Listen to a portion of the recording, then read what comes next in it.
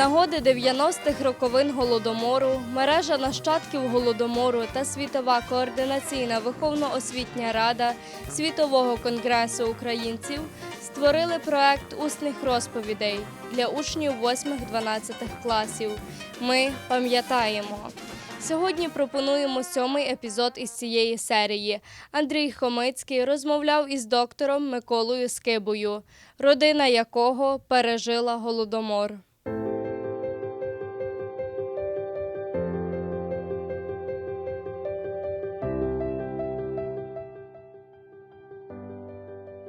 Andriy Khomytskyy, student of the Ridna Shkola of the American Ukrainian Youth Association, Dmytro Vitovskyj Branch. The interview with Holodomor descendant, Dr. Nicholas Skyba. What does the Holodomor mean to you? Holodomor has been described as a crime of the last century. It is the epitome of genocide and the destruction of the Ukrainian nation. Tell me about your relatives. What was their name, and did they survive the Holodomor? My grandmother was 6 years old during the Holodomor. Her parents, Tatiana and Andriy, had somewhat of a farm at that point in time. Their father, Ivan, was alive during the Holodomor.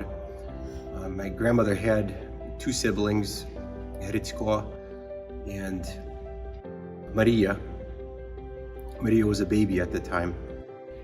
Hrytsko was a little bit older. He was around the age of 10. I don't think anybody expected it to be as horrible as it was, and by some miracle, most of them survived.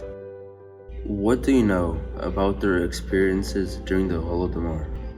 In 1930, collectivization in our village of Velika Komshavacha started. At the time, they took 3 of the horses, they took the cows, they took some of the fields, they also took some of the storage. The Soviet government took that all from them. And towards the fall of 1932, there was a show trial in the village, and 2 men, my great-grandfather was one of them, were basically sent to prison in Izium, which is 30 kilometers from our village, for the fact that he had not collected enough grain from the villagers, the peasants. By the time he was sent to this prison, there was many men sitting there. He reported that about 10 of them died a day because they didn't have enough to eat.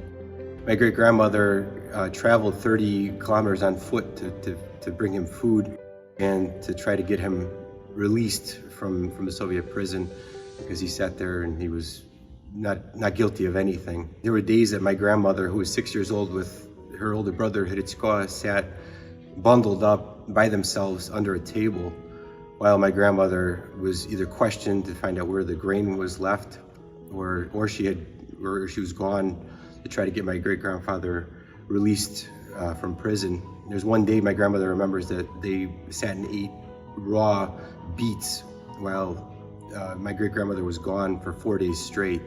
Her grandmother came time to time, brought some bread, which she said it tasted so good, but there was so little of because she was so hungry. There was one day that my great-grandmother was gone, and Hrytsko and my great-uncle and my grandmother were in the house alone, and Soviet people that were serving the Soviet government came and took all the grain, took all the flour, they took all the peas that were dried for the plant for the next year. They took all of her mother's, my great-grandmother's clothing, a trunk, and at the time my grandmother said that she said already the chickens and the pigs were gone. So they basically took everything. What were some special memories or incidents that your family passed on about the Holodomor?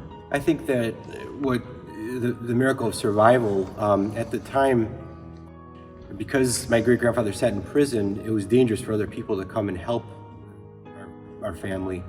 So my grandmother recalls that there was her uncle from my great-grandmother's side, Zadara side, made a big, hollowed out a stick and put a piece of metal in the bottom of it, because at the time everything was taken, all the farming equipment. And with that, they were able to find some grains in the back in the back of the house. They had a bunch of straw, and there were some grains of wheat. And they my grandmother and her older brother Ridna found these grains, and my great-grandmother, beat them down and made something called a perepichka, like these.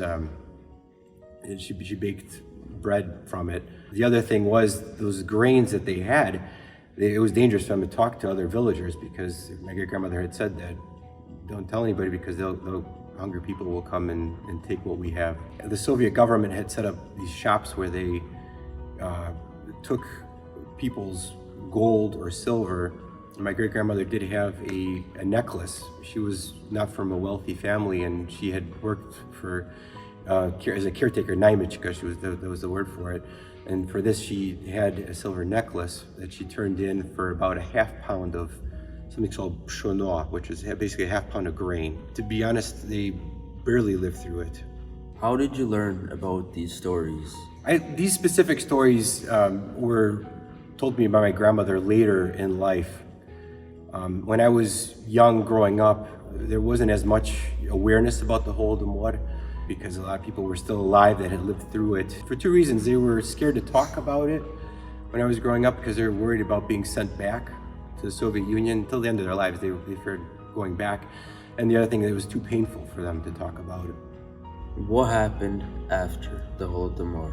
My great-grandfather was supposed to be sent to Kolim, Siberia, and some of his friends that recognized him in prison let him out.